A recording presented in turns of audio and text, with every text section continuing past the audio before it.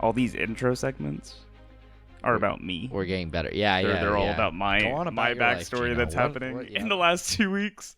Real quick before we go into anything, Justin wanted me, our good friend Justin, who's now part of the Wonder Project, in case you didn't know. Check out video game docs on YouTube. He reminded me that Sonic X, the old TV show from, I don't know who used to do it, who used to run it, but it is also an isekai.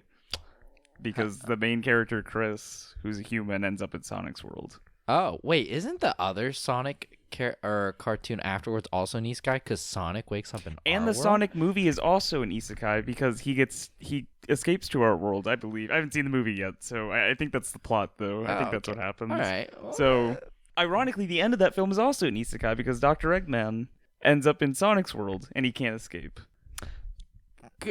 cool. If you want to know what an isekai is and you're confused, check out last episode. Yeah, that's just a little update on that. My roof was leaky throughout this last week, and I've wanted to kill myself because I can't fixed sleep. at all? No. So hopefully sometime tomorrow. As long as it doesn't rain, we're fine. Yeah.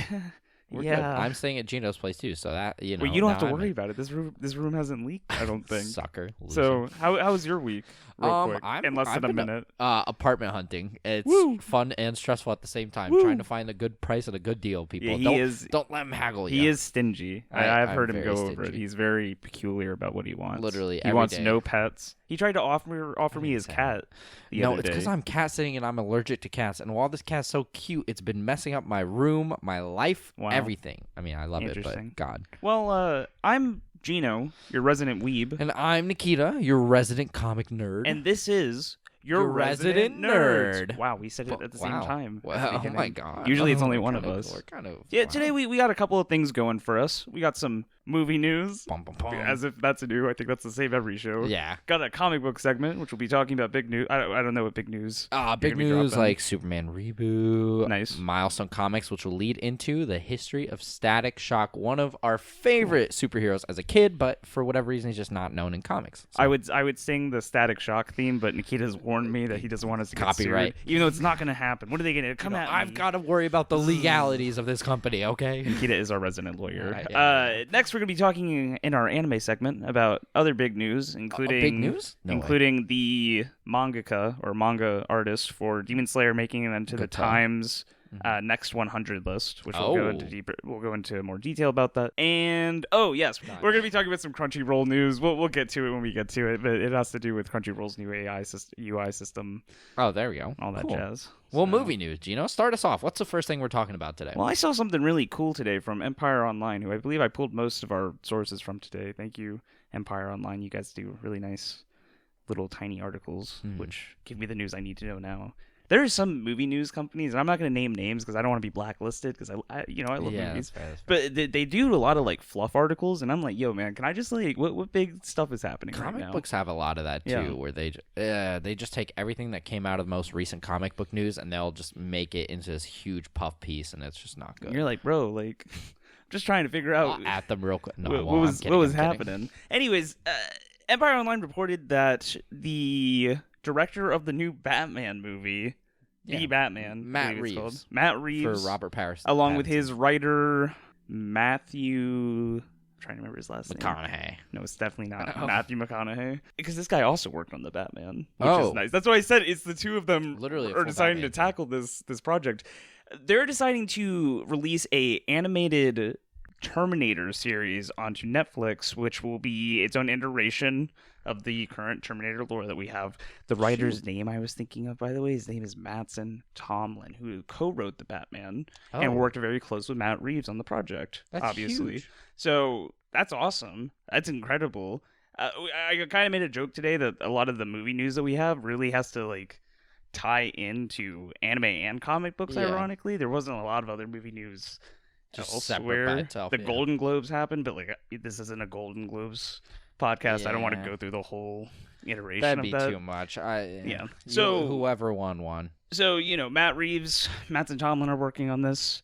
They're going to be working with Japanese production companies to literally make it like an animation or an anime. Where is it gonna be though? Is it gonna be on Netflix or is it gonna be on something Netflix? else? That's Netflix crazy. Originally produced. So that's so cool. I mean, I've loved you've heard me talk about it before, but the Netflix anime series have been doing decently well. Like Seven Deadly Sins. I've loved Castlevania and what they did with that. So I'm hyped to see what they do with Terminator. Well, so Skydance, the people who own Terminator, are kind of pushed into a corner here right now because Terminator Dark Fate, which was the last Terminator movie, just kind of got slammed in the box office, and it wasn't really that good of a movie. So, I mean, understandable. Yeah. They're deciding to take it with a brand new route of going through Netflix, which is, I think for a franchise isn't the worst thing in the world. It's not a bad idea. Especially with their set lore, I feel like it's now probably better now to do in a TV show format rather than a movie format. And I'm hoping they give the people more licensing. I feel like a large problem with the Terminator franchise is that there's so much production interceding that your storylines get fucked up.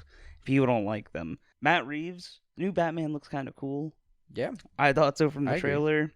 We'll see how the movie is when it comes out, but we'll see. There's fuck it. If he wants to make an anime show about the Terminator, I mean, I love the Terminator franchise. I'd be willing to give it a listen to. Damn, a watch to. Well, there we go. Terminator anime out there soon for you fans. What's next? What we got? Oh, District 9 is getting a sequel, finally, I believe. Oh my god. Yeah, the writer, director, blah, blah, blah, the man, Neil Blomkamp. Yeah. I hope that's how you pronounce his name. He's South African. I'm gonna butcher some names later. I was gonna say he's South African. Really, really cool dude. Did you ever see Elysium or Chappie? Elysium I did, not Chappie. What did you think about Elysium? I liked it. Okay, he's only made 4, from his Wikipedia page at least, he only has 4 films listed under his filmography. Oh my god. But they've been slammers. Like, he does really good films. I was going to say, the concepts behind them are all great. So he said that the next one is in the works. Blomkamp is working again with his co-writer and his wife, Terry Tatchell, and they'll be working again with the actor, the main lead for District 9, Charlton Copley. Again, I'm hoping that's his name. Yeah, hopefully we're not butchering it. But that's for the sequel film too, right? Yes. Yeah. Do you know other films Mr. Copley's been in? Not off the top of my head. Did you ever see Hardcore Henry? No, I didn't. Very fun movie. Is that the first person perspective movie? Yes.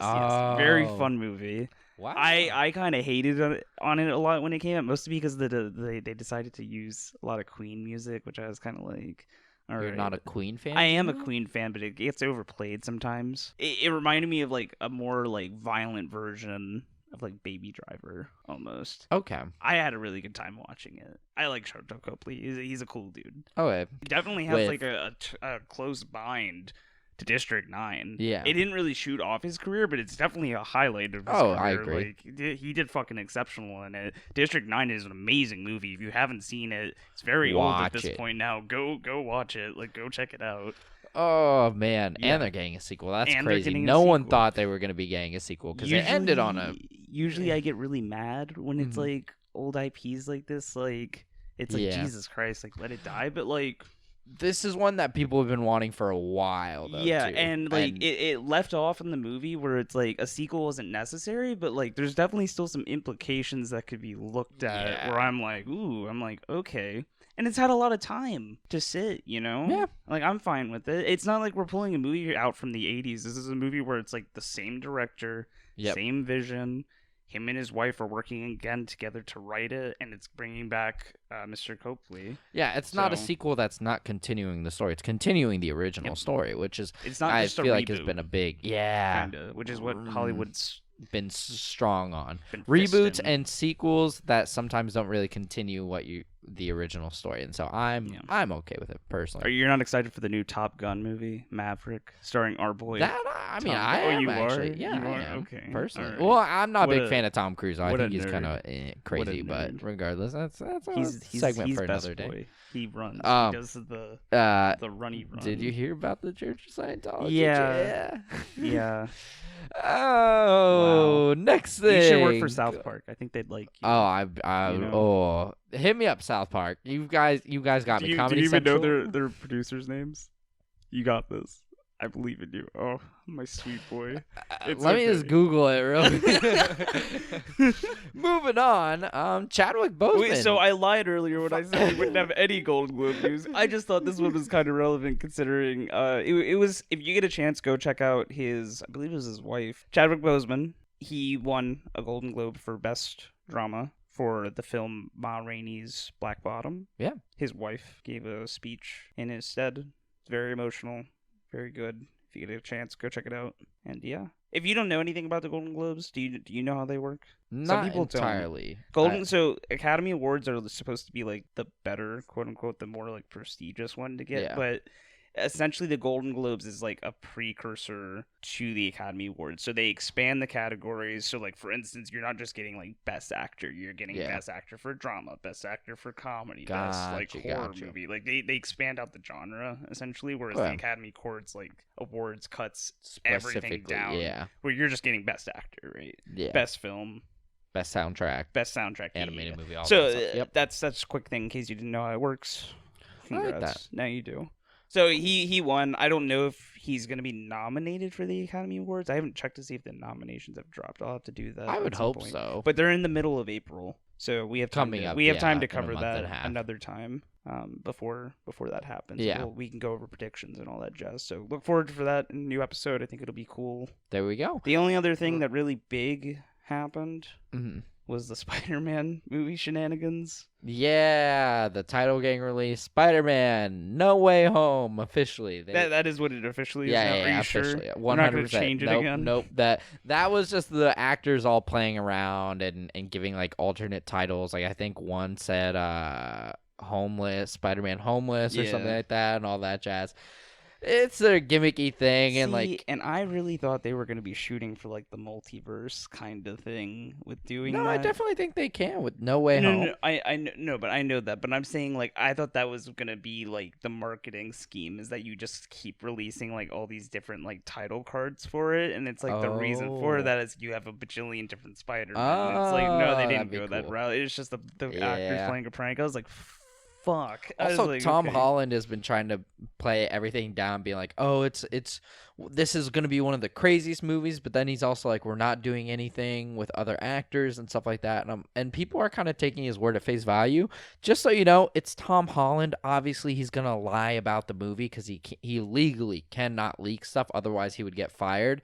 And people would like to say like Tom Holland has this issue with leaking. No, it's all intentional from the company's marketing because Andrew Garfield, a former Spider-Man, literally got fired because he was leaking too much information or talking about too much personal stuff on the set.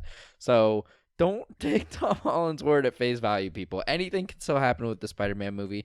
I don't know if it will be a Into the Spider-Verse type movie or not. I don't really care if it is. If it is, that's hype. If not, then that's cool. We can wait a little bit longer and build that up. But I see fans just like reacting at every little thing he's talking about. Just it's not going to change whatsoever with the movie. Nikita's telling him to calm down. Like, rein it back in, people. A little bit. Pull just it a back tad. in. Just a tad. What are you doing? People's reactions to that stuff just kind of... I think people overreact when they don't need to. You think so? You think so? Maybe. So, Maybe yeah, again, out of all those news segments, only one of them had literally nothing to do with, like, either anime or comics. Which ironically, was... the District 9 yeah. one, which I thought was cool. But, you know. Hey, if you want at home some more personal movie news, go check out the Golden Globes awards. That'll keep you occupied, I think, for a bit. Yeah, exactly. We can't go over it, but you can. Just watch the whole thing. See who won. Let us know. Maybe someone cool on that. I was going to say, I will say, if you had any disagreements that you feel like passionately about, like hit us up. Like I love talking about movies. Yeah. We'll hit it up in a future episode or some bonus content. Bum, bum, bum. But now we go into the comic book segment. And there have been some interesting news and stuff kind of happening these last couple weeks with comic books. So first of all, if you didn't hear, DC has officially confirmed there will be a Superman reboot. So that means, one, they're not continuing with Snyder Cut. Snyder Cut's where it's ending. Yeah, I know. Question mark. Hopefully the last. So they are definitely done with like Man of Steel, Henry Cavill. Henry Snyder Cavill's Cut, done. They all can't that's pull him done. back.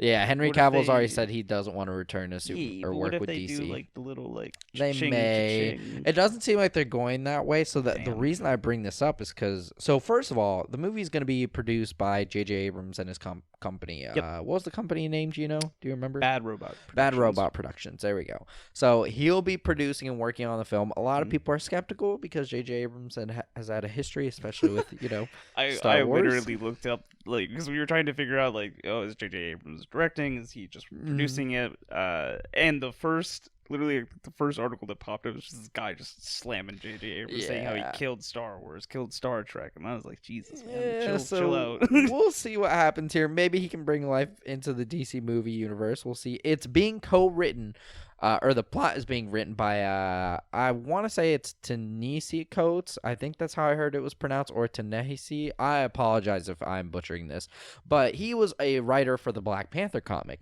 and so a phenomenal writer. If you haven't read the most recent Black Panther arc, it has been killing it personally. To me. What's the actual titles of his Black? It's Panther just run? called Black Panther, Okay, or gotcha. it's the most recent volume that's out right now. Do you know when he started? Sorry, I'm asking all these history. You're fine. questions, I but- believe in 2016. Cool. So around if you, the time if, the if Black you look Panther up the film came out. 2016 to current run of Black Panther, Yeah. a lot of it is, if all of it. See this whole. Yeah. He's been the sole writer. Yeah. But amazing writer, great job, and a lot of people are thinking. So there have been rumors that they're going to go in the direction of a Black Superman for this reboot film. Which, there have been a lot of disagreements amongst fans. What I will say personally is I would love to see it if they do go this route. I would love to see them pull Val Zod. For those of you that don't know, he's the Black Superman from Earth 2, from the Earth 2 comic line in DC Universe. And he is an amazing character. A great step up into taking up the legacy of Superman and trying to build it into his own. And just highly recommend reading Earth 2 and Earth 2 Society. Those two comics from DC, they came out around 2010. Earth 2 Society came out around, I want to say, 2015, 2016. But amazing series. Val Zod is an amazing character. If they go in this direction, I'm 100% on board. Wait a second. Is he related to Zod?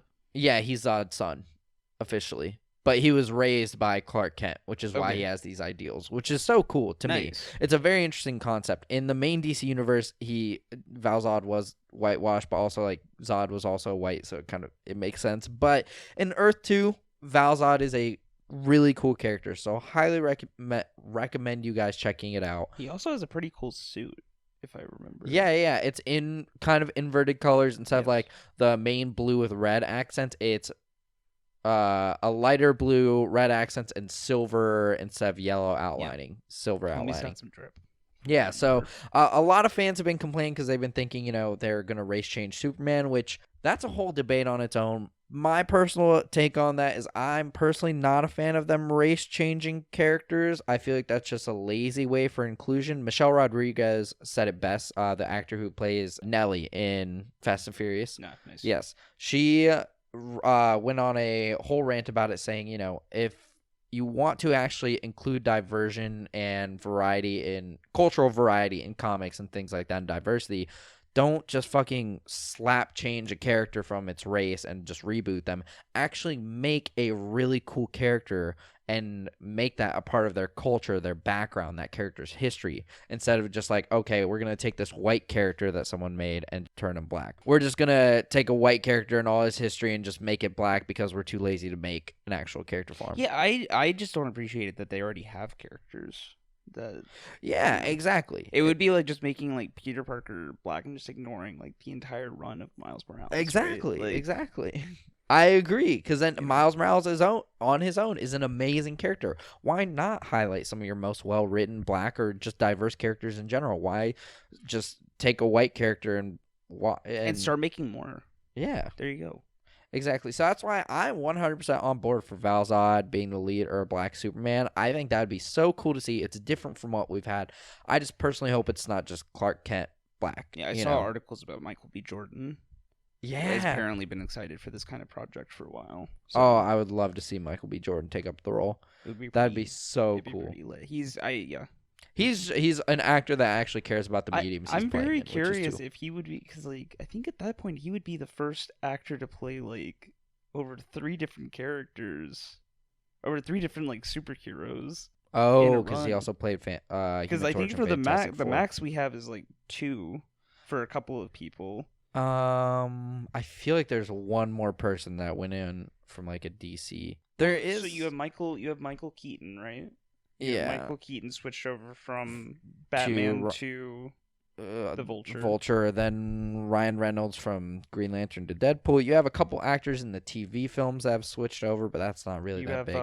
Chris Evans was also someone else in the he played Human Torch. Yeah, I was gonna say, Torch. And then became Captain America. It would be interesting then. I don't know if there's a clause to where Marvel actors can't work in DC films or not. I heard that was a thing. Well, but they did kill off his character. So yeah, I hope that wouldn't hold him to it. Yeah. But anyways, that's the big news. The other huge news that came out was Milestone Comics are returning to DC Comics. They're returning to the DC universe, and I don't know if you've seen the images for like their new suits and everything.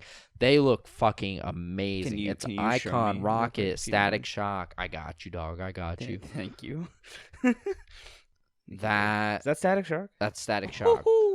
Look at the different hair designs. That's his enemy, Francis Stone, Hot Streak. Oh, damn. Yeah. Like the art and the work on this looks amazing. Damn. And that's just Static Shock. There's others for Icons and stuff. Milestone Comics coming back to DC, and a lot of people were a little hesitant when the news came out because this has kind of been done a few times in the past, but there are reasons as to why it didn't work out, and that is going to lead into our big segment for the lore of this week. The history of Static Shock.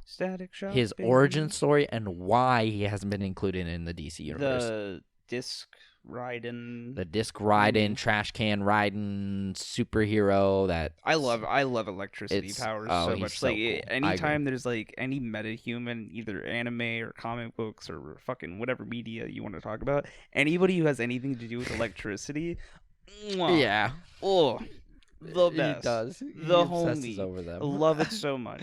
The greatest. Loxus from Fairy Tail. Oh, yep. The best. Yep. Anyone else you know real quick? Any other shout outs? I'm sure there's some other ones you'll come up with some. I could mention. There's only one I think I'm not a big fan of. Who? Electro from Spider-Man. He's kind of lame. He's been played down as even in the comics, they've kind of played him down a lot more recently, which is kind of sad. Yeah, well, maybe they gave up after Spider-Man too. Yeah, they're like, we don't need his character anymore.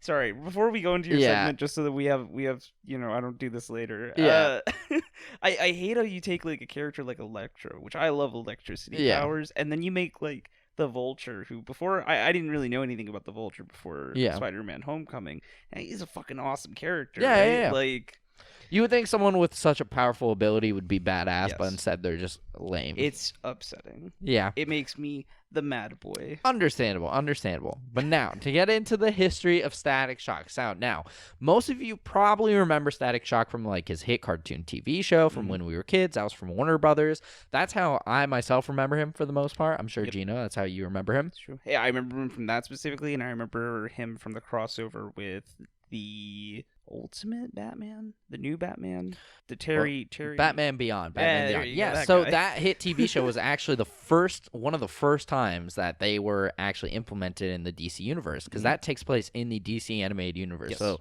that is in the same universe as the Batman animated TV series, Justice League Unlimited, Batman Beyond, Superman, all that. So that's why you see him interact with those characters and even cross over, because Justice League Unlimited did a future episode with Batman Beyond, and you saw an older Static Shock in there. Yep.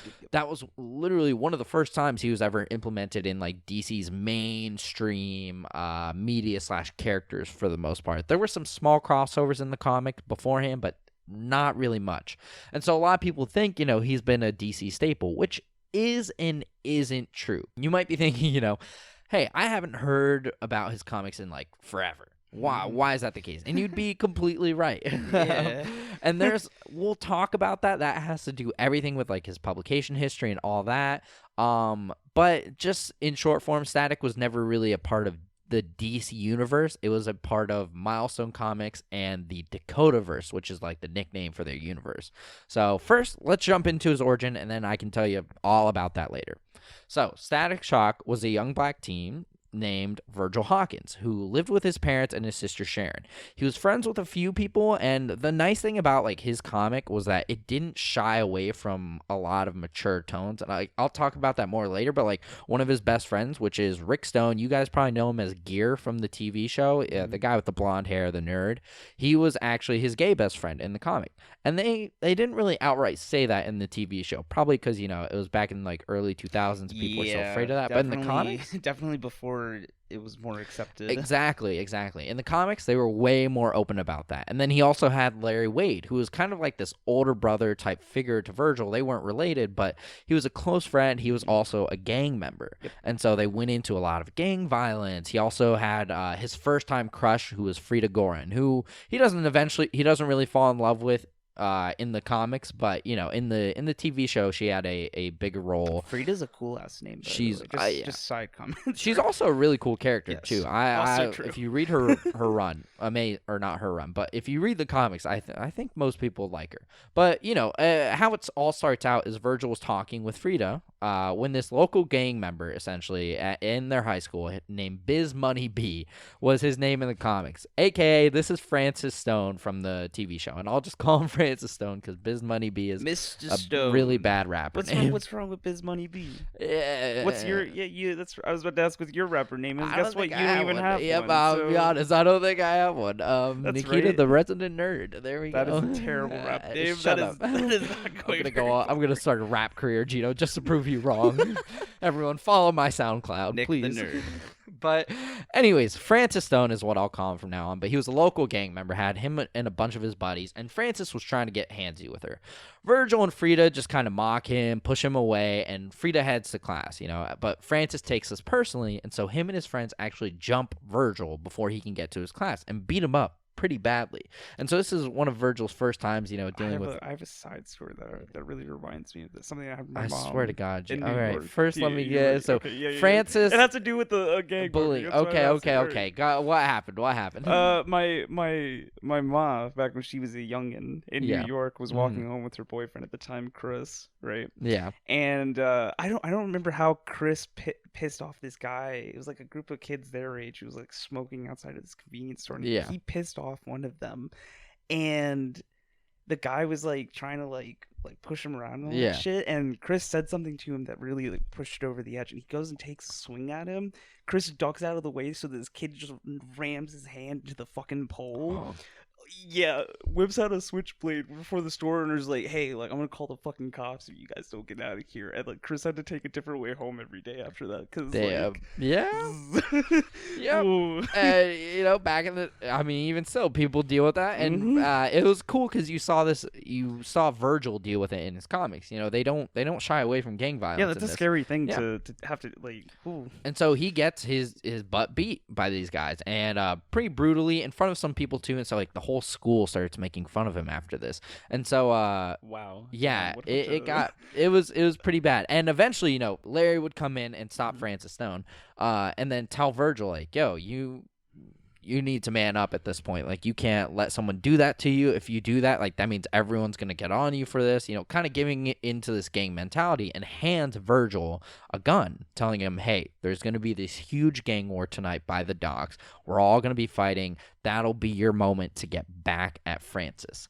That'll be your way. You just shoot him right in the back, take him down, and show him who's boss. And Virgil, Virgil isn't the type to kind of do that. He's stayed away from all the gang violence so far. And he just kind of pushes this thought out of the way for a little bit until he heads home. And his own sister and her friends all pick on him for it and like bully him, saying like, oh, you got beat up by Francis Stone. What a pussy. Bruh. What the fuck? Yeah, they even his parents eventually talk to him and say, you shouldn't start fights that you can't like man up to or handle yourself. I like this anti-toxic masculinity kind of theme. That's really cool. I appreciate that. And that's what kind of pushes Virgil over the edge, and he's like, fuck, you know what? Now I've got to do something. Can you imagine someone getting mugged and just being like, "Hey man, like it's your own damn fault." Yeah. It's like, bro, what? Next like, time, beat him up. God. Yeah, dude.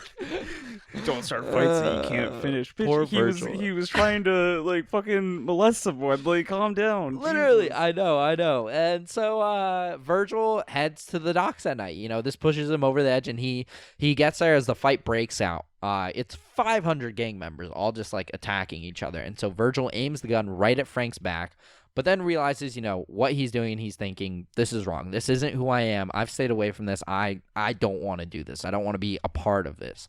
So he drops the gun.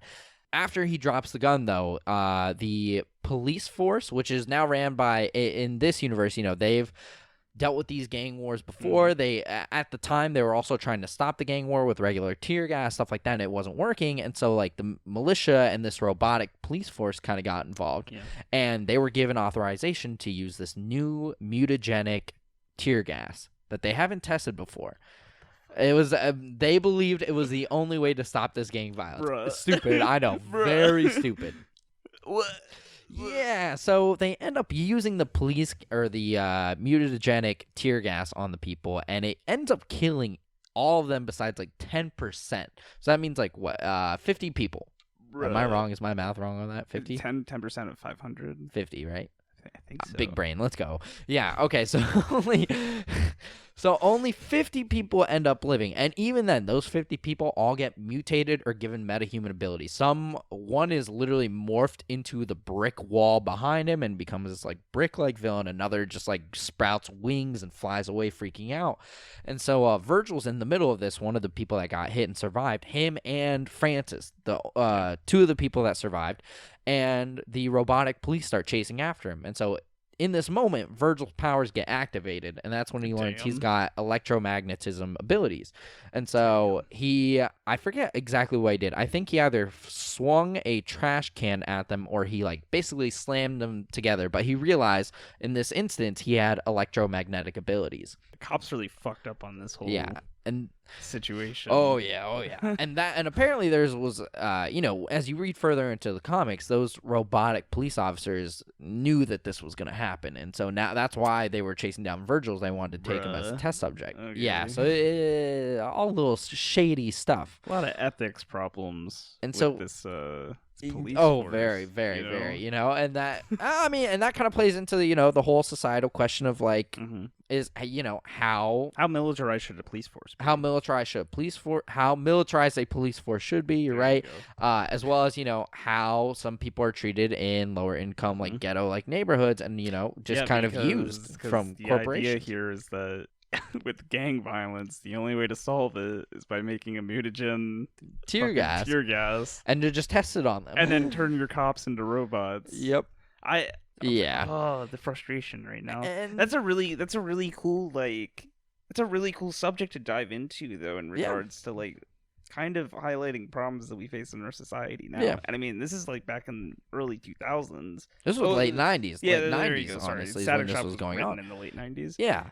Excellent, though. Yeah, excellent really. That's why I'm saying highly recommend checking out a series. Static Shock has always been an amazing character to delve into this. And that's basically his origin, how he became Static Shock. From there, he realized, I have these abilities now, and now there are other metahumans out there running in gangs, and they're tearing up our neighborhood. And so he stepped up for his family, his friends, his school, his city, and became Static Shock. And from there, he would face Francis Stone, who ended up becoming his rival, who would be known as Hot Streak, who gained pyrokinesis level also abilities. A pretty cool fucking power. Yeah, very fire and electricity. Oh, my boy Natsu again from Fairy Tail. Gino. Ace from One Piece.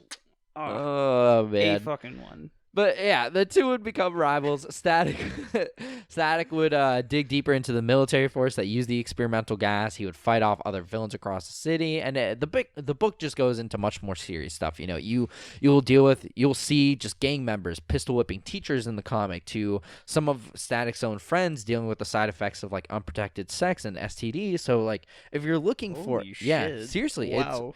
That's what I'm saying. If you're looking for a more mature read, it's still very well written. Definitely check out his first series from the 90s. It's just called Static Shock, Milestone Comics.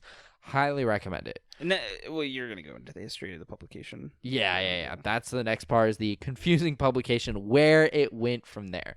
So see, now we go over the origin. Now, I brought up Milestone Comics and all that stuff. Static Shock, along with a couple other key characters like Icon and Rocket, who you might have heard of.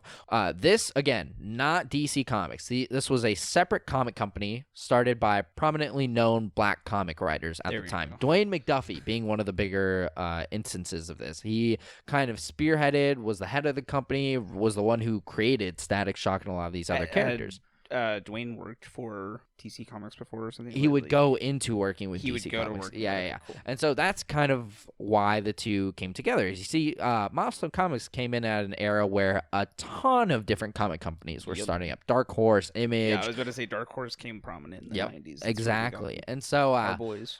With that being said, at the time, DC Comics was kind of struggling because with Milestone, they were prominently focusing on diversity type characters. So they were bringing in gay characters, black characters, Asian characters, a lot, and they were dealing with more serious tones.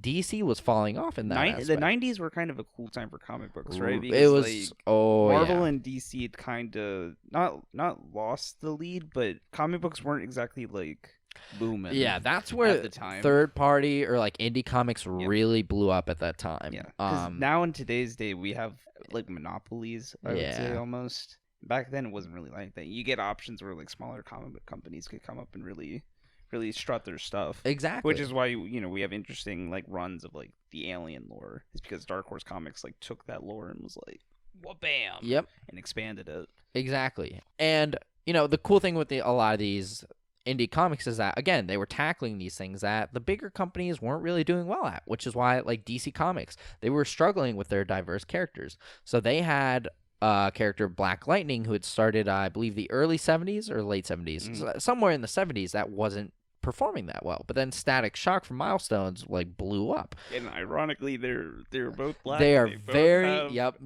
I hope you all know they are very different characters. Black Lightning is not the same as Static Shock. He would go on to eventually become like a mentor-like character in different medias of DC, but they usually don't interact that much outside of that. I honestly wish that wasn't the case, because I feel like Static kind of has his really strong own grounding. Yeah, but then you have Black Lightning, who just has more history and was around longer. So it's like I feel like they clash, which kind of sucks. I agree. I agree with that.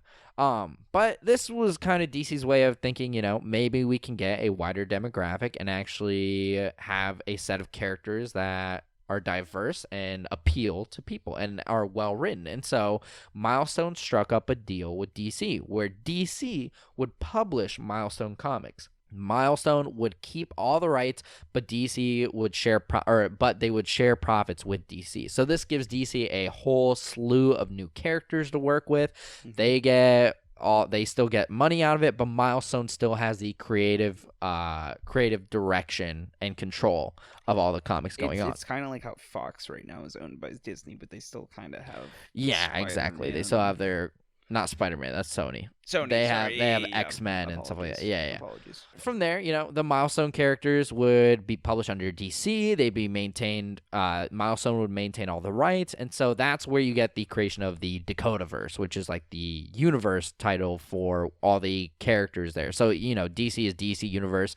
The Milestone Comics, Static, Icon, all them were under the Dakotaverse. So Static was never originally in DC Universe. From the very beginning. Was not a part of Dakotaverse. He was in the Dakotaverse. Eventually, Milestone Comics would take a massive hit, though, when comic sales started plummeting at an all-time low in the late 90s, and this is where all the companies were hurting. Like, this is around the point where Marvel almost declared bankruptcy. This is where comics were dying. Yeah, exactly. Very scary. It was a scary time for. Luckily, they're coming back. They still haven't even recovered to their peak. Like you will still see bigger sales for comics back in the 80s/early 90s. But now they have the movies to kind of which are helping. That's why you see kind of the rise, which is nice. That's why people that knock on the movies, I don't get, because they've kind of rejuvenated the comic industry. Yeah, because you needed mass appeal. That was the whole point.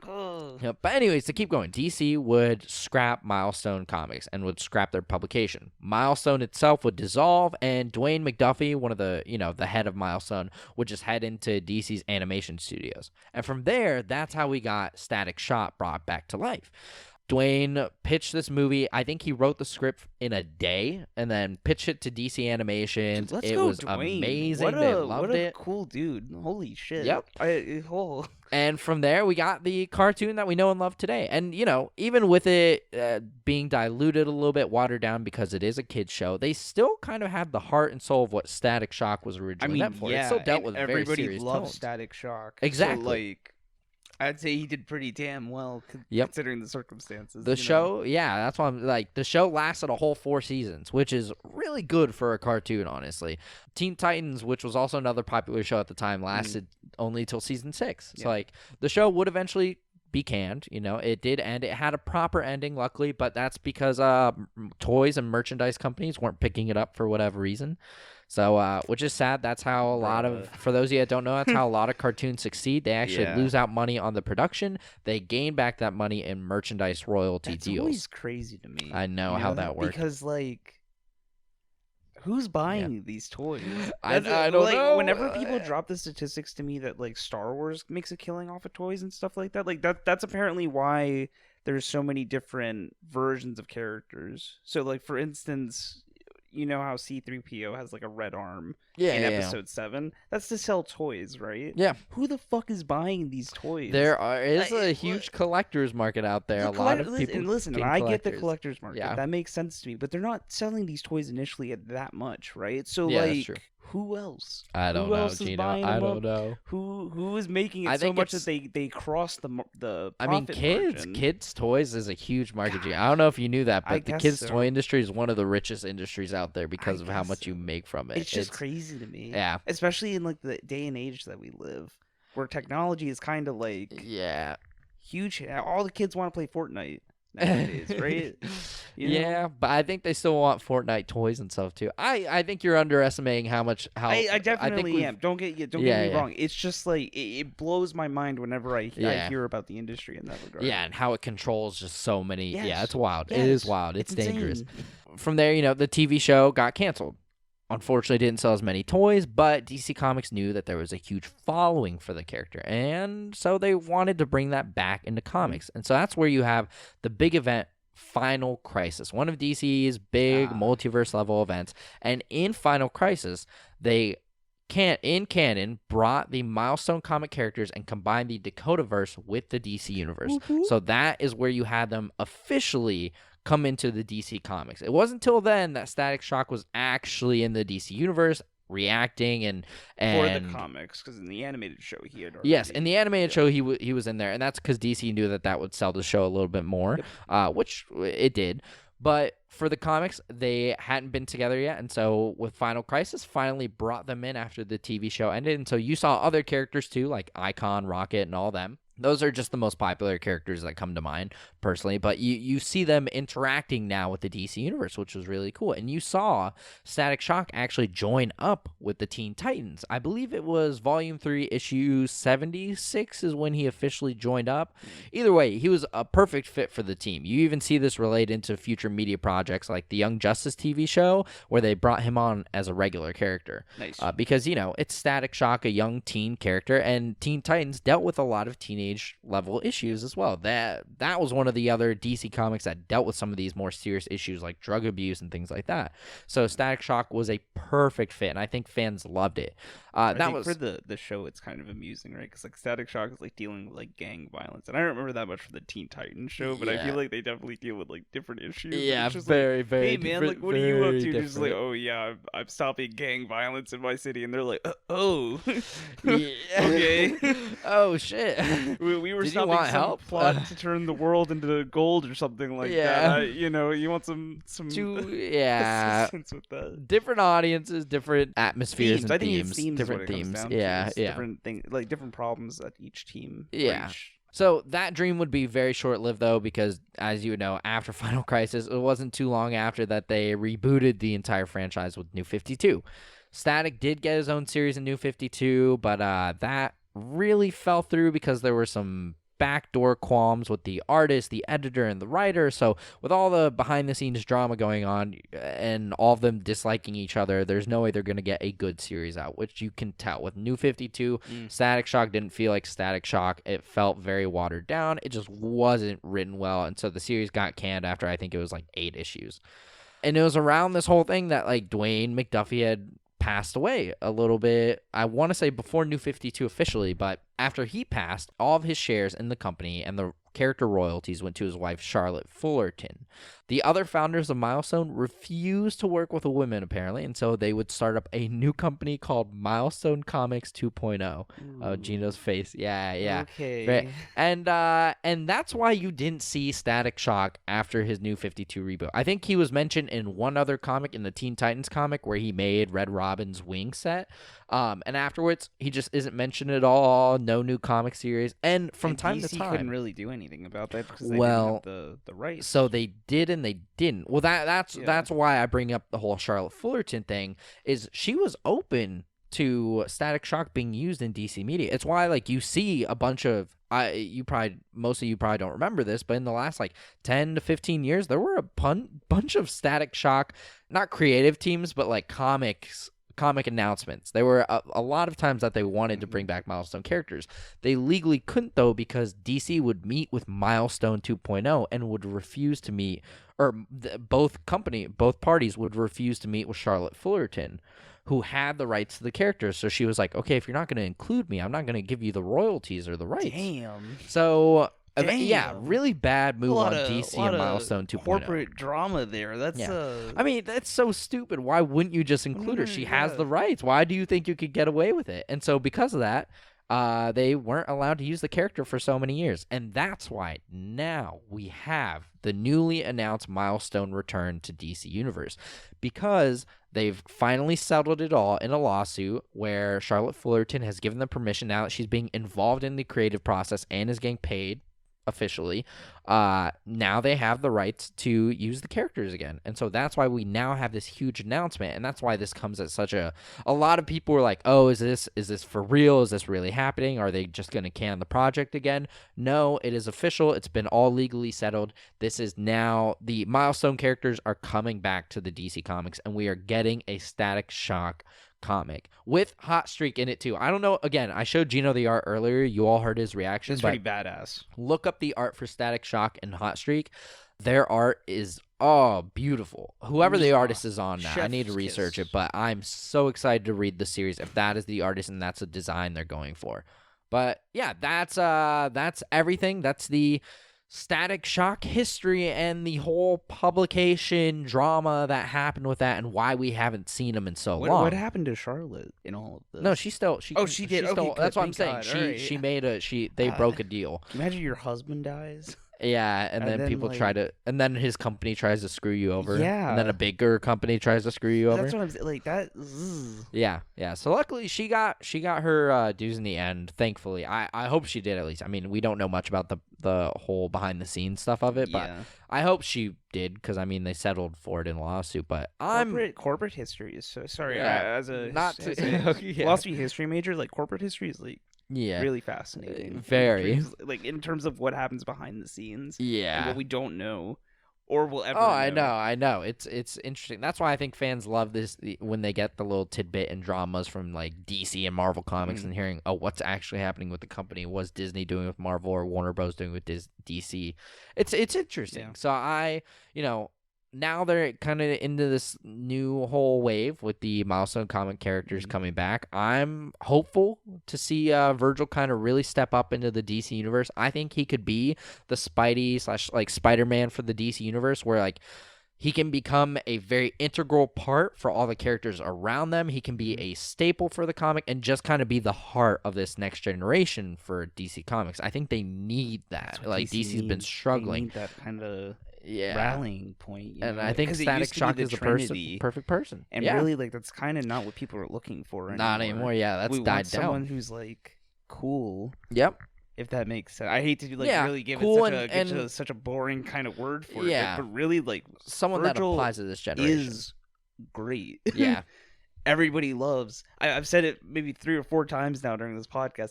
everybody loves Static Shock. Yep. Everyone has loved Static Shock. The fact that he has such interesting comic book origins now that I wasn't aware of but really want to go read now Yep. is only proof to that. Like, Yeah. fix your shit, DC. Yep. Ooh. Definitely check out his first series. You can also check out Static Rebirth as well. That was an interesting series, but that got canned early. But yeah, that's everything with Static Shock. He's an important character. Before we go into the anime segment, do you mind if I ask, like, where's he, like, tier-wise? What's he listed at? That's actually a good question. It's So got to be really interesting when they pulled him into the DC comic books, what kind of problems he was, like, dealing with. I would probably say mid-tier. I think as he gets older, he could go up to planetary because Black Lightning actually becomes very powerful in the comics as well when he has this, like, pseudo electricity form. But otherwise, at the moment, from Static's previous showings, he's about mid-tier. And for those of you that don't know, there are certain tiers that, like, comic characters and anime characters are put on for strength. Mid-tier is right above in-betweener, and what that means is they are at I would say, like, a city level impact, or a city impact power level, meaning they could, for in-betweener, their strongest feat would probably be knocking down a skyscraper. For mid-tier, that would be their lowest feat. One of their strongest feat would be able to kind of wipe an entire city if they need to. And Static Shock has crazy electrical potential at times, and you see this a lot, especially with electromagnetism. I mean, he can literally electromagnetically charge other items to metal. So something he does with villains is that he will electromagnetically charge their own hands and then stick them to walls so that it's basically handcuffing them without handcuffing. Yeah. And even just doing that at a molecular level is insane. So I feel like he could deal with some pretty big threats. I think as he gets older, you see with Black Lightning a lot, he has this, like, electromagnetic form where he can go through electro waves. He can Ra's al Ghul kind of describes as like this god form, so it's like almost cosmic level. Damn. At what his potential is at, where he could wipe out a city with, like, a flick of with like the snap of his fingers, kind of set off an atomic electro bomb kind of deal. And I could see Static Shock getting to that as he gets older. Right now, I think he's still in his young stages because he hasn't had much comic time, much like show time to himself. But I can see him develop a lot. And maybe this is because I don't have an awareness. Maybe I don't have an awareness of comic books, but to me, it's interesting that, like, pulling him into the main DC universe, I think, has its benefits and its non-benefits. Because the Dakotaverse is pretty small in terms of metahumans, right? It's not like there's a ton of them. And so when you pull into the DC universe, like, I don't know, you get rid of, like, I feel like you risk a chance of losing that kind of localization. Yeah. Does that make sense? Not in totality, because it's not like we don't have characters in DC who deal with, like, localized problems. Yeah. Teen Titans are, like, a good example of that, for instance, right? It just feels like one of the things that makes Static Shock, like, special is the fact that it is, like, on a very localized nature. Yeah, a personal level. More of a personal... He deals with more personal issues. Yeah. He deals with, like, the gang violence in his neighborhood. So that's my hope is with DC. They kind of keep that spirit to him. I wouldn't mind seeing him kind of play into Teen Titans again or something like that, because we've seen it work well, even with, like, the Young Justice TV show, for example. But I do want to keep Static Shock kind of at his heart. Like, that's why people love Spider-Man, is he focuses on New York. Like, he doesn't... He deals with the world-saving issues from time to time, but at his heart, like, he will deal with the mugger on the corner or something like that. Friendly neighborhood Spider-Man. Exactly. That's what it comes down to. So that's kind of like that spirit that I think really that's what people want. Yeah. Especially now. I mean, in a time where we're all dealing with, like, localized issues, where even on a government level, like, things that we're dealing with federally all affect us at the local level. And I think comics have kind of strayed away from that now, and I would love to see him get back to it. And I think Static Shock is the best way to do it. You have other characters like Icon and Rocket, but they're kind of like, Icon was made as the Superman for the Dakotaverse, so he'll probably be dealing with more cosmic level threats. Static Shock is your best way to get into that, and I think DC recognizes that. I hope. I don't know. DC makes a lot of dumb decisions. On Icon. Yeah, no. What if I'm wearing like my pinstripe your straw suit hat and my straw hat and the chopsticks in your my you could win because he probably wouldn't want to punch you after that. He'd probably be like, he'd "Oh probably man, feel this too bad." kid, he goes can't. to punch me right, and my wooden chopsticks poke out. They induce what is it called with electricity, like when it gets hit conduct. With rubber? Not the opposite of conduct. I don't know what it is, but okay. The wood deconducts. anti-conducts the Deconducts. electricity. God damn it! If you're a physics major, aka our friend Tart, you're gonna hate this. Yeah, if he listens. yeah. Well, he does have to because he needs segments. So never mind. That's right. Anyways, we're about to go into our anime segment. Yeah, that's gonna be everything great. for the comic segment. Hope you all enjoyed. If you want to know more, again, hit us up. Check out our social media, all that stuff. We'll promote all that stuff at the end. Yeah. But yeah, hope you guys enjoyed. Now for the anime segment, Gino. I introduced it 12 seconds ago. Well, suck it up, Gino. I introduced it again. So anime. Ever heard of her? Ever heard of her? I think she comes by the bar sometimes. We're talking about a little weird, but Studio Ghibli today. oh, You ever seen a Ghibli movie today before? I was about to say today, and I would yeah, hope not today. Spirited Away. Wow, is that it? I don't know. Basic- Have we watched basic- Ghibli basic films together bitch. before? Like, is I don't- Akira a Ghibli I don't. film? Akira's not. Ooh, Akira's not a never Ghibli mind, never film. mind, never Oh, mind. that's This is- an interesting one to talk about. Yeah. Though one day. But yeah, not I would love today. to talk about. Okay, not today. Yes, sir. Yeah. Sorry. Okay, what are we talking about today, Gino? We're talking about Studio Ghibli, baby. Whoop whoop. What- What is Studio Ghibli? As As I put on the script, you don't know, but I do. It's a movie company production Production people company, from yeah. Japan. There we go. Bought off by Disney, right? Not actually bought off by Disney. I Oh. apologize. They own the distributing rights. So you lied about that last episode. Did I? Was it last episode? Might have been earlier. At This some episode. point. Oh, it might have been. Regardless, Oh, it was this episode. They own the sole distribution rights, Gotcha. which is definitely not the same as owning the company. Okay. Though gotcha. in the U.S. it might as well be. 'Cause Yeah. Kind of like DC with Milestone, where DC Correct, handled the yes. publication. They were rights. they were the pure publicists. Wow. And for the North American unit, Disney owns that for. Oh, okay. Wow. So where do we go from here, right? What are we talking today about Studio Ghibli? We're going to talk about why I like Studio Ghibli. We're going to talk about the history of Studio Ghibli. Okay. We're going to... Do we talk about news today? Fuck, did I totally skip that? You did. Well, we're coming back to this segment later. We're cutting all this. This is good bloopers for the amount of confidence. No, I kind of want to keep it in. The amount of confidence I came into this. Anime news. Crunchyroll. We're getting most of our stuff from Anime News Network. You notice my accent changes. I got embarrassed. The other thing we're getting from is Time, surprisingly, because we are talking about Time. Are you magazine. still holding on to that? I'm not accent trying even to. through It's not this? purposeful. It's gonna cut out eventually. All right. Crunchyroll is Yeah. upgrading its UI. Yep. Which is pretty nice. Yep. There's pics online. You can go look. They have a beta right now, so if you have a Crunchyroll account, I believe you can. So what is a UI, Gino? I'm lost user already. interface. How do you not know what a UI is? If Gino, they don't know. Some what a people UI don't know what a UI They is. don't all know what right? a UI. I know what a is. user interface is. I didn't know UI was short for user interface. Oh, it's a user interface. It just makes it's when you look at a program, Yeah. right? So like Facebook. Yeah. Facebook's got all your Your knobs add friend and button, your your dials. poke button. Yeah, your comment Oh, button. cool. I all- like that. All All that right. jazz. That is So a user we're getting that. I interface. can poke people on Crunchyroll No, now. I don't think so. I don't think That's so. They gave lame. it a sleek overlook. They gave it. I think they're trying to give it a new recommending system, from what I read. Gotcha.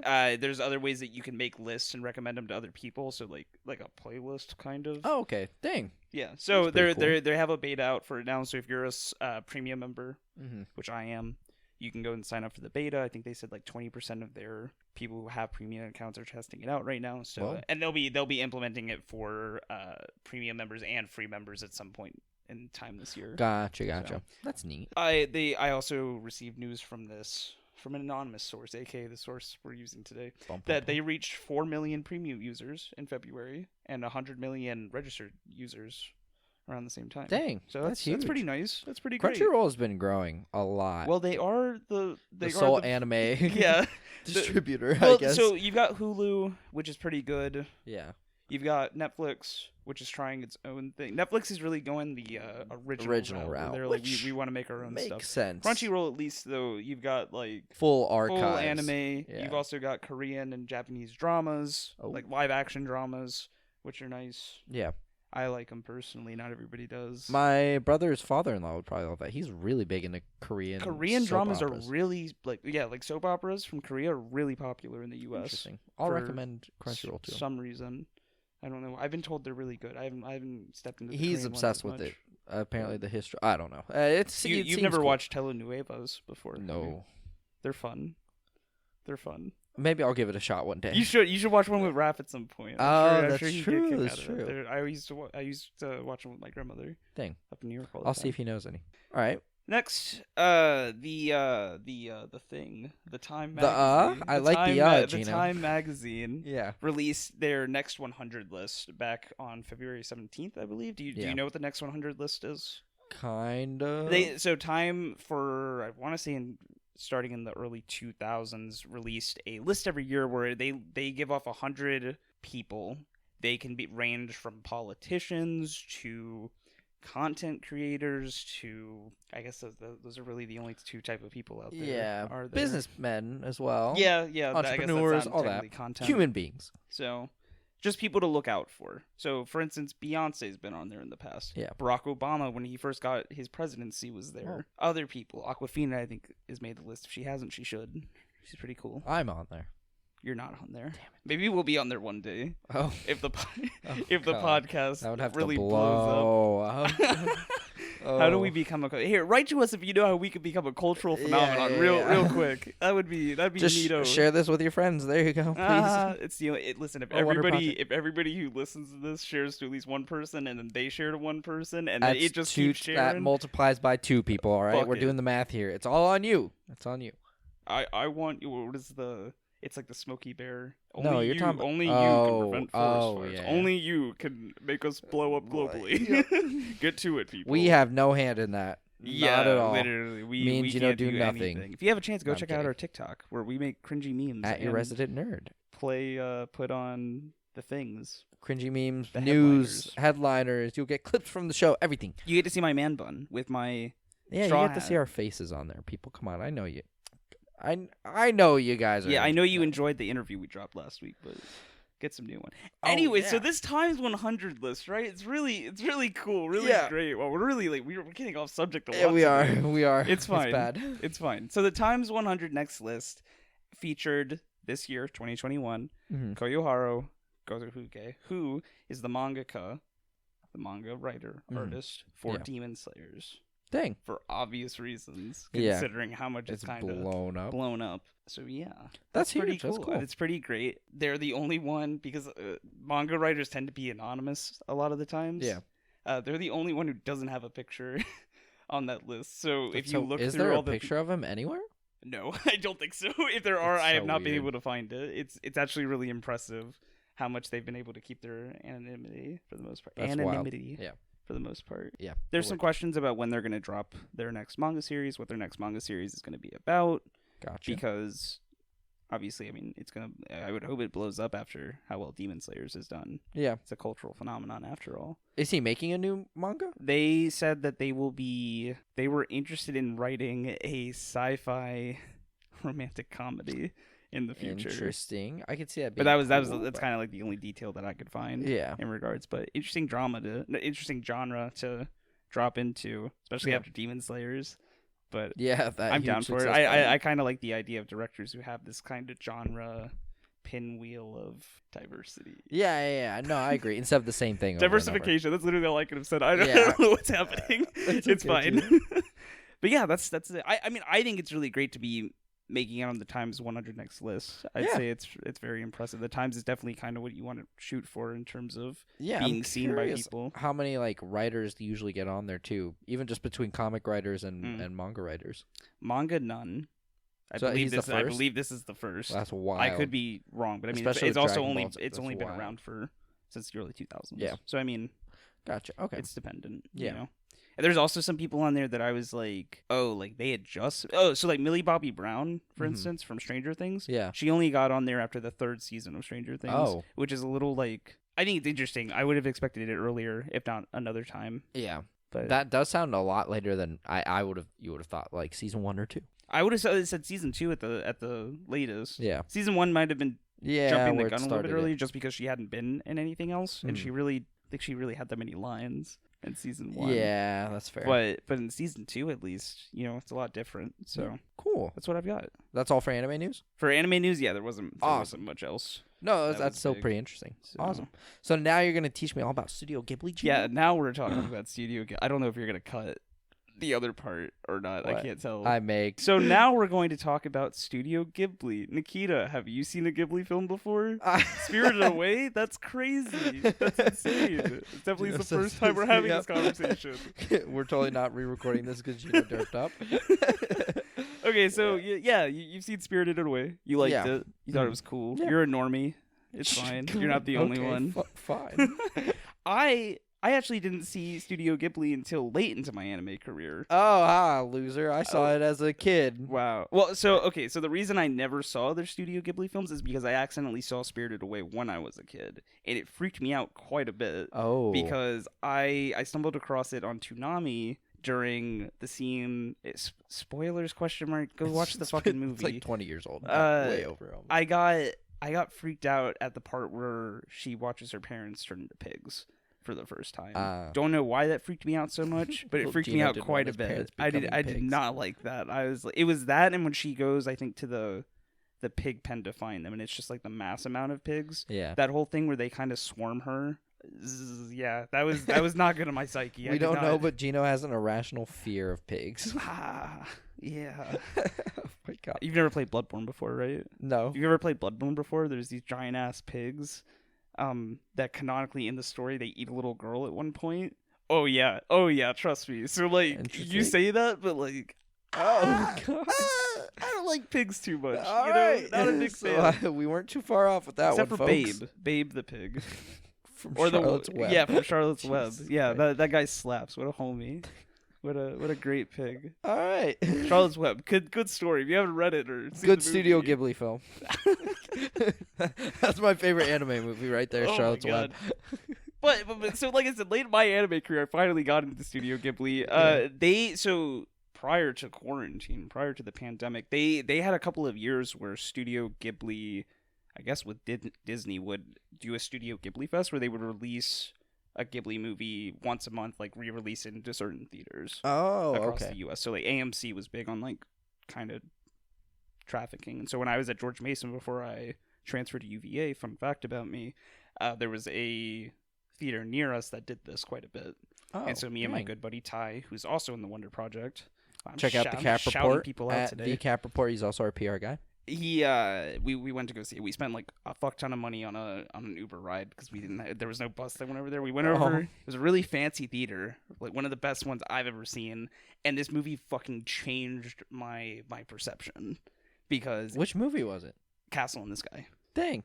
Fucking excellent. And I was like, I saw it and I was like, I saw there were like people with their families and I was like, this is gonna be a kid's movie.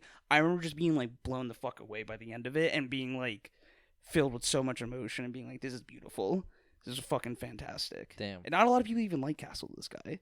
And so this was just my first experience with like Studio Ghibli and how much it kind of like, I was like, this is kind of what I want out of animation. Yeah. I'm looking for stuff that's similar to this. Like, yeah. The best of the best. Ugh. And that was made out in the 80s.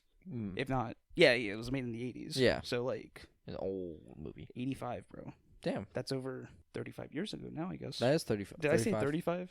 You're I think right. I meant to say 1985. I think I said 35 on accident. No, you said 1985. Okay, yeah. So 85. That was over 35 years ago. Yeah. Now, fucking exceptional. I was blown away. And now, the following year they brought back Studio Ghibli, and so I went every month to go see a new Ghibli film in theaters, and it was fucking exceptional. Wonderful. Yeah. If they ever bring it back, and you're a theater that does this, obviously, if they're still around, go see them.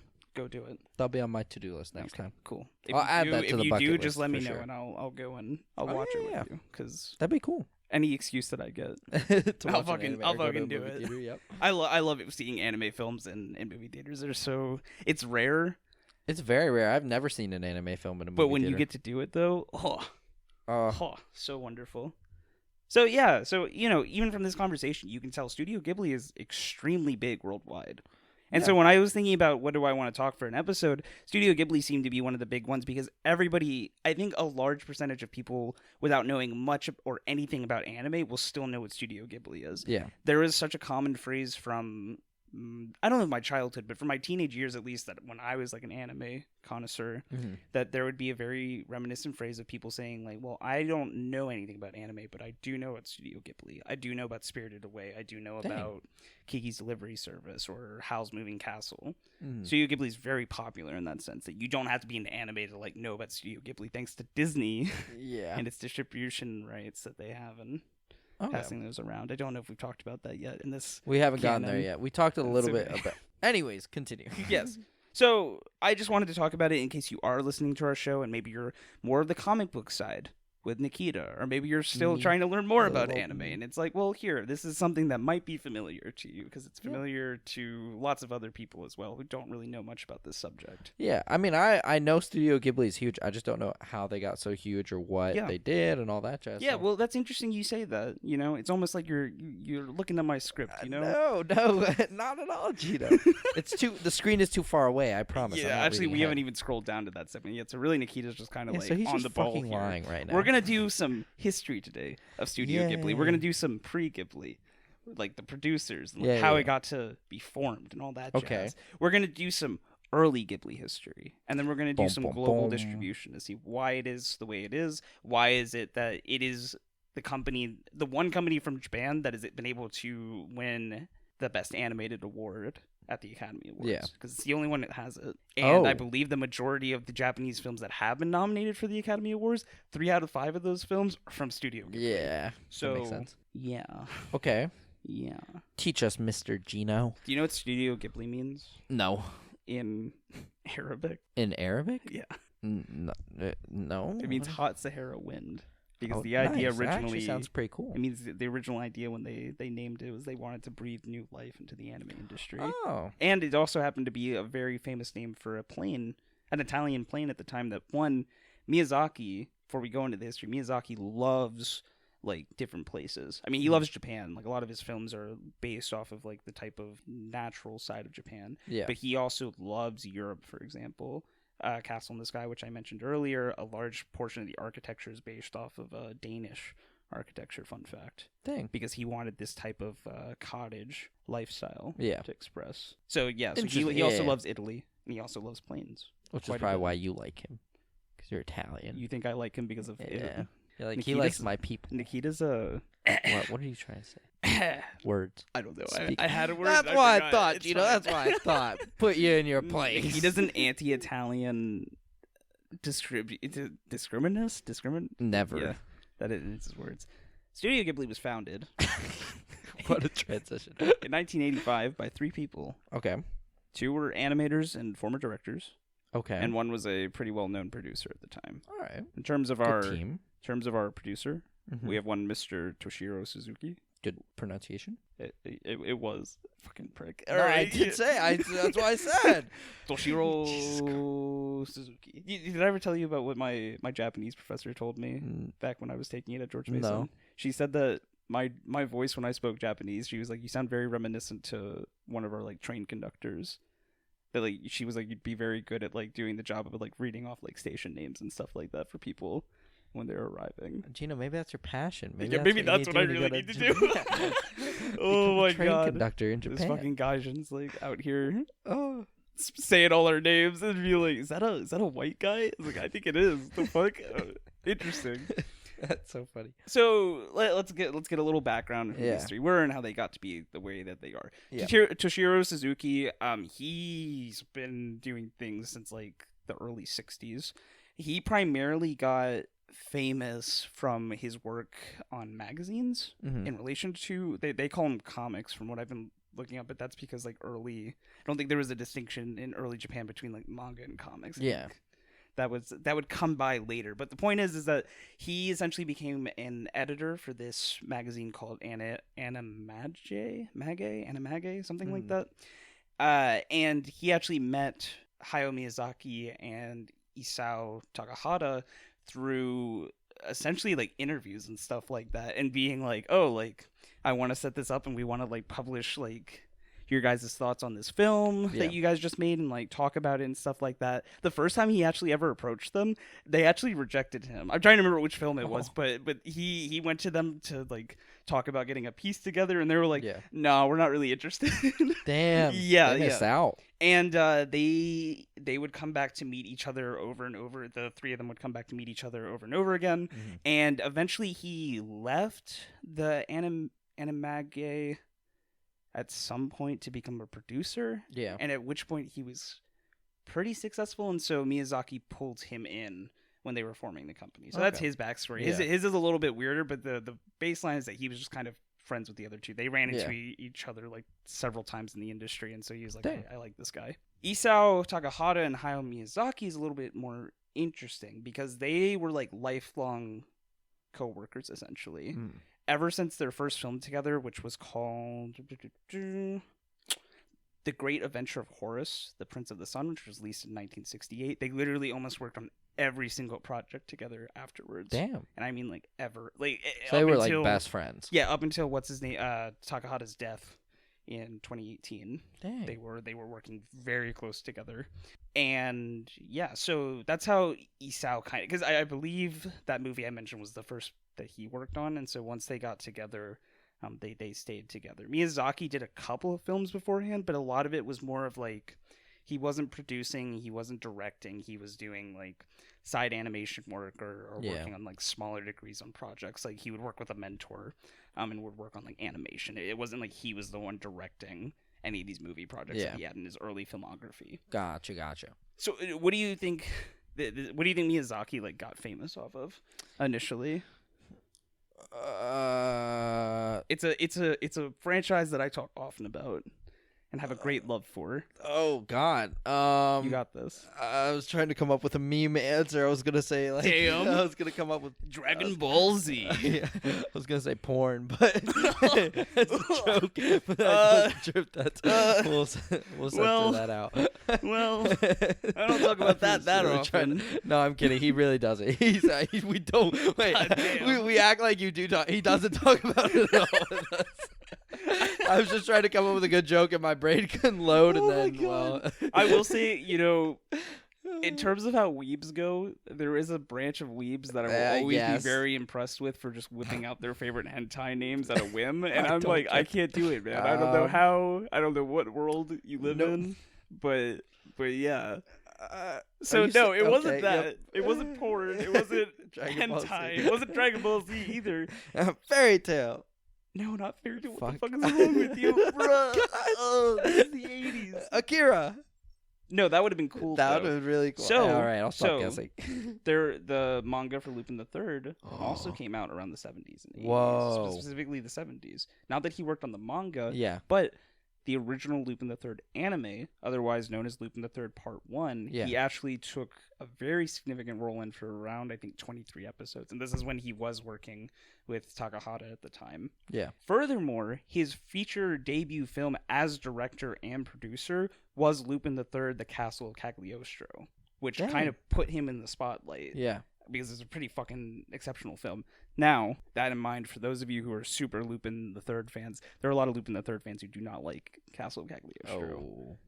For certain reasons that Miyazaki definitely took a very different tonal approach to Lupin the Third than what like is the more norm. Serious? No, less serious. Oh. Less serious. Yeah. Oh, never mind. I mean, Lupin the Third is already pretty not serious. It's really hard to imagine it getting as wackier than. Well, like, there's like a really famous scene, for instance, where he literally jumps from like tower to tower in this castle. It's ridiculous. You have to see it. So the first way I ever got into Lupin the Third is Justin visited me once in Charlottesville and was like, you have to see this movie.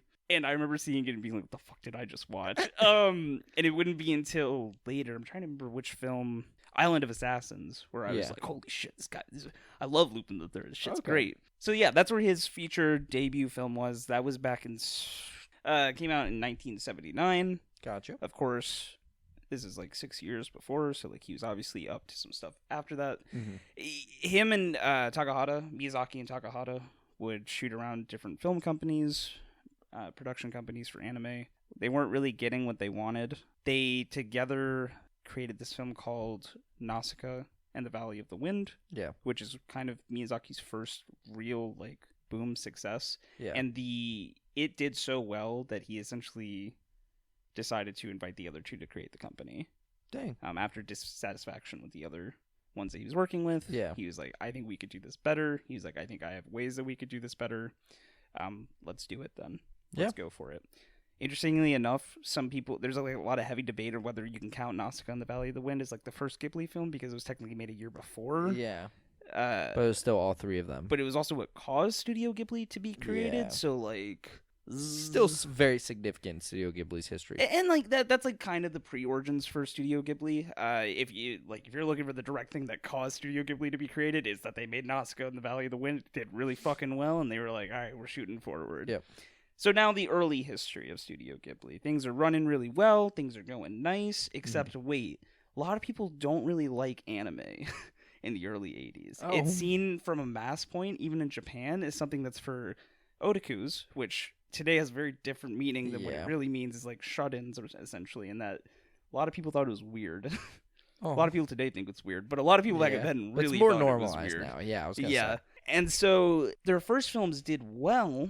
Films including Castle of the Sky, which, as I told you, I absolutely fucking love. Yeah. Didn't really do that well. Dang. My Neighbor Totoro, really famous fucking film. Yeah. Didn't do that well. Oh. It was only kind of saved because their merchandising game was a fucking one. Was spot on. Dang. I'm trying to remember the other one. Yes.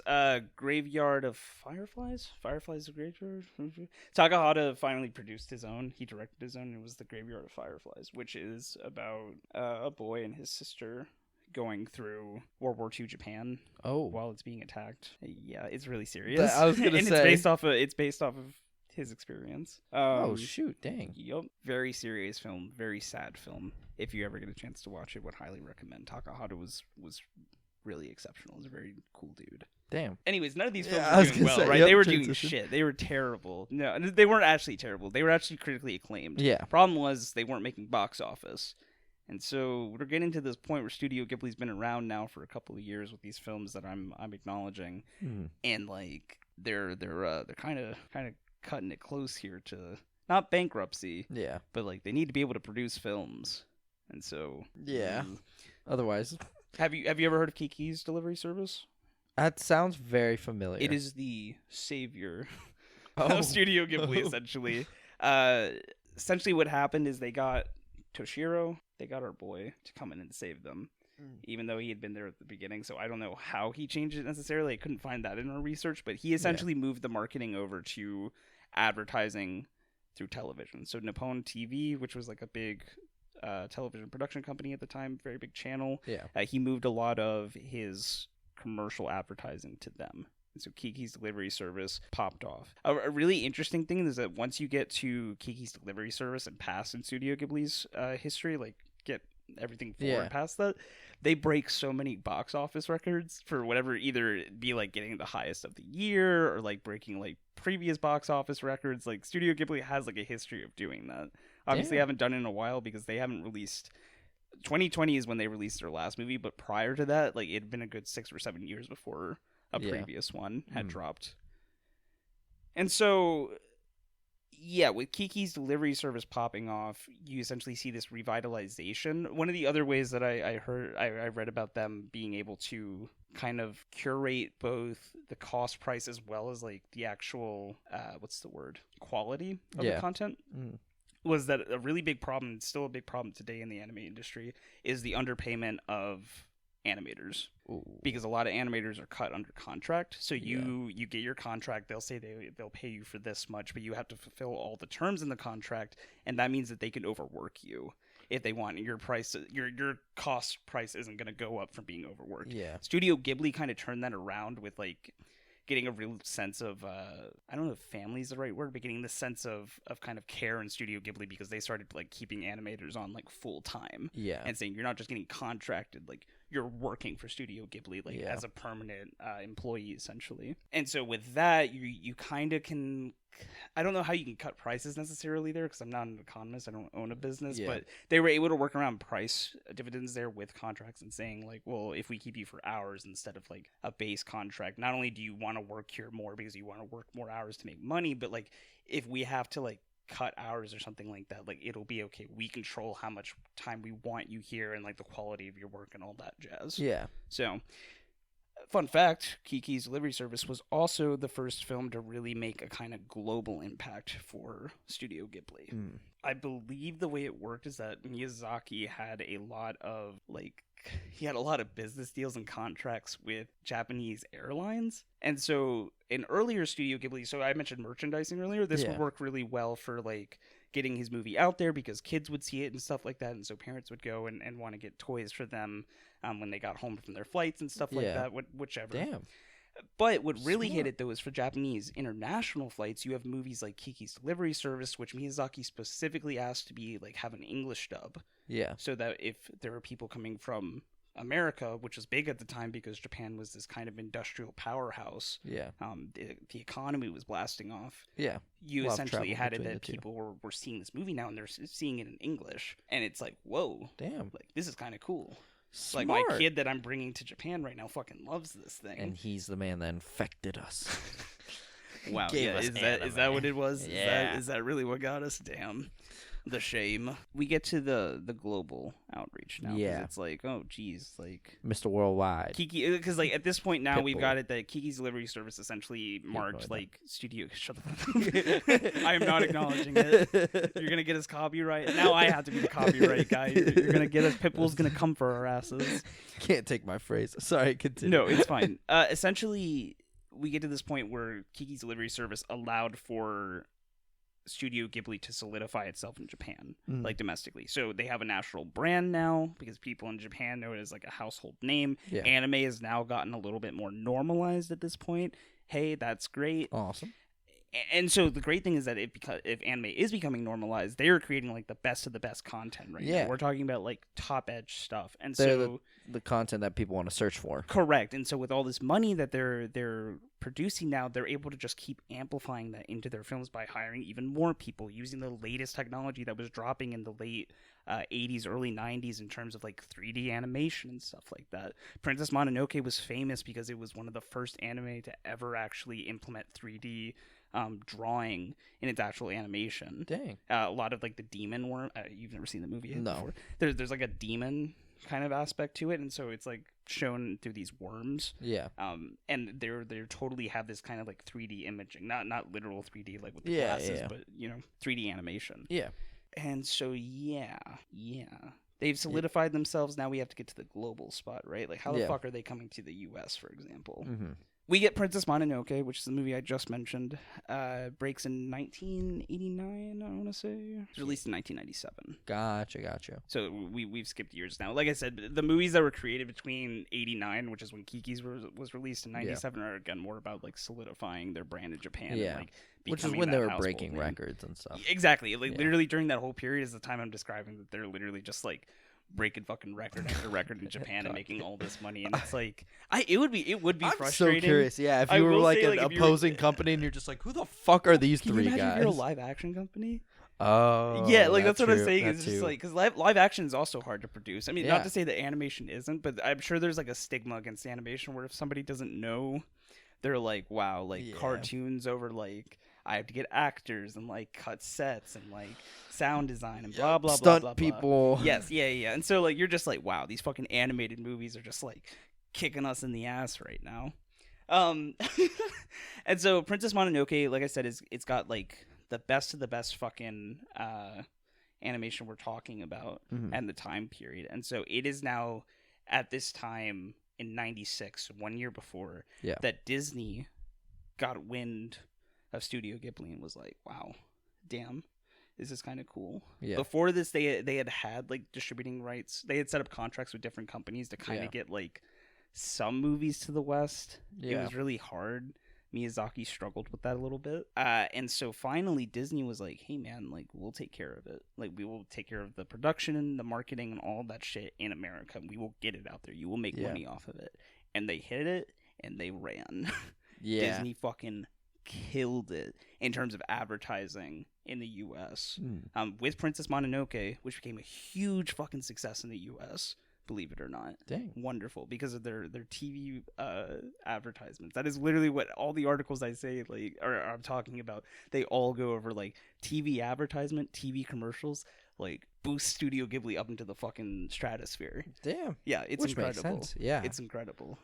It's hard to think. Like, I always find it crazy looking back at it, because now we think about, like, internet advertising is literally, like, the way to go. Yeah.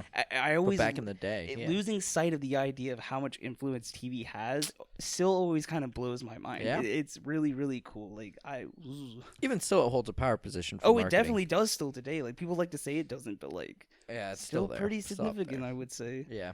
YouTube's becoming the new TV. Everybody knows that. It's true. Get It's YouTube over. TV. Just kidding. They don't sponsor us yet. Sponsored. Wait till they sponsor us and then get it. All right? Yeah. Only then. Only then. Wait, we gotta My hold brother out. has YouTube TV. Sorry, you've got to cancel it now.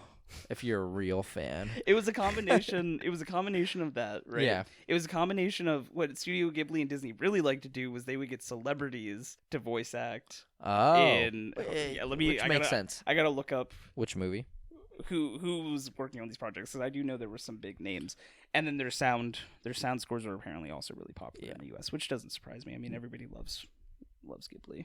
Tom Holland is one of the names No that immediately way. comes up. Yeah, I'm sure it was one of the later ones.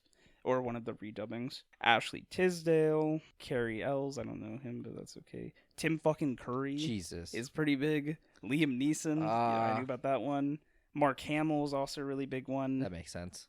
I love Mark Hamill. Same. Michael Keaton, Dang. Susan Egan, who I don't know, Tom Holland, Wild and The Spider-Man. Secret World of Already, yeah, that makes sense.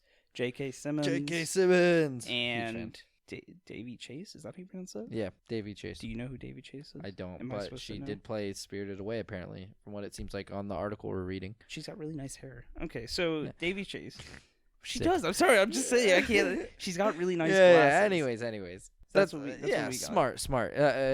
That's something even movies do now, where to boost up a movie, you just get a shit ton of famous actors, I was about to which say. is good. I do want there to be more voice actor recognition in general for Sometimes it solo doesn't. voice Sometimes actors. it doesn't work out too well. Yeah. Sometimes it's really good. Other times they do it because they're just trying to drag in a big voice. So, like, for instance, what's it called? Shark Tales? Is that what it's called? With Will Smith? Yeah. Yeah. You're saying Shark Tales wasn't a fucking amazing movie, Gino? God. Yeah. Wow, you're not a movie nerd. And Like so I that thought brings you were. us today, where Studio Ghibli is kind of this global success. It's very popular here. It's very popular in Europe. Because, fun fact, the European Netflix gets Ghibli films. Oh, Whereas we don't. Yeah. European Netflix has Studio Ghibli, and we actually don't. Europeans. It's a very upsetting thing for a lot of people. That is sad. Including myself. Luckily, VPNs exist. Luckily, VPNs exist, and I don't think there's no legal problems with No. VPNs, right? No. So no. yeah, if you have a VPN, go get the European Netflix. Yeah, seriously. That would be a nice sponsorship to get. A VPN, NordVPN. I know. Someone from Nord, hit us up, please. Hit us up, please. For the love Give of us your God. money. But Put 'em up. That's where we're at today. Like I said, in the late 2000s, they kind of took a pretty big hiatus. I believe between 2014 and 2020, they didn't release anything, which is pretty big. I'm okay with that though, because don't want oversaturation. Miyazaki also said he was kind of retiring, even though it's been reported that he is working on a film to be released in 21, 22. Interesting. Don't know if it's actually true. He's very old. I wish he would just rest. If you ever I'd love do to see them like continue, like who would carry on that mantle? well, apparently, I mean, so Earwig and the Witch, which is the one that is apparently up for potential nomination at the Academy Awards in April. I'm trying to remember who did it, but apparently they did they were new and they did a very fantastic job with it. So like Interesting. it's possible. Next, I'd Miyazaki. like to Was see that his it. name? Who? Miyazaki, was that his name? Miyazaki. He could be the next Miyazaki. Miyazaki needs to rest. Yeah. He has a lot of sad interviews where he talks about like his obsession with art in regards to like always wanting to like do more, explore more. And if you ever watch his films, like that like this homie like goes on a lot of themes. He talks a lot about man versus nature, man with nature, industrial versus nature, the afterlife, our relationship with other humans, growing up. Yeah. All of these are really big topics to like kind of tackle. And not only does he do that, he translates them well for kids. Fucking true. Man's a beast, a boss, a homie. He will be missed. He's not gone yet, He's not but done yet. Damn, I'm just saying he's will. He's only 80. Will. Jeez. That's fair. thing. I'm gonna live to be 120. And that's Studio Ghibli. You got any questions for me? No, I mean, you kind of covered all the bases there. I asked throughout, competing companies and all that jazz, Disney grabbing them, voice acting, all that jazz. I in the future, I would like to talk about other companies, not less known in Japan, but ones that people don't really talk about studios always when they're talking about anime. Yeah, some people I do, agree. but I wish more people would. I think it's important to think about how much these companies can do. Also to kind of call them out and be like, hey, pay your animators more. Yeah. Take care of your people. Yep. Because they need to be taken care of. But Studio Ghibli is a good one to cover first because, that's kind of the biggest one at the moment. And definitely made some waves. So if you have any questions for me, send them my way. Yeah. I'd love to talk about what my favorite Ghibli films are. Which ones. There you go. He will talk your ear off. I will promise. talk my ear about. So send us some questions. Hit us up. Until next time, again, you can reach out to us at Your Resident Nerd on Instagram, TikTok. You can even find us on YouTube. This whole episode will be there. Yes. Also, feel free to check out the interview that we did last week with Jason. It was a really fun interview. It was really great. Yeah. He's an awesome dude. Really cool guy. Check out Parallel 2. Go buy a copy. You can find all the links at our link tree on our Instagram if you go follow and check out our bio. But that's everything. Reach out to us if you love us. Let us know if you want us to talk about anything you guys want to learn more about. But I'm Gino. And I'm Nikita. And we're your resident nerds. Thanks for watching. Peace. One day I will sound exactly like the outro song. I don't think that's it either, Gino. I'll be honest.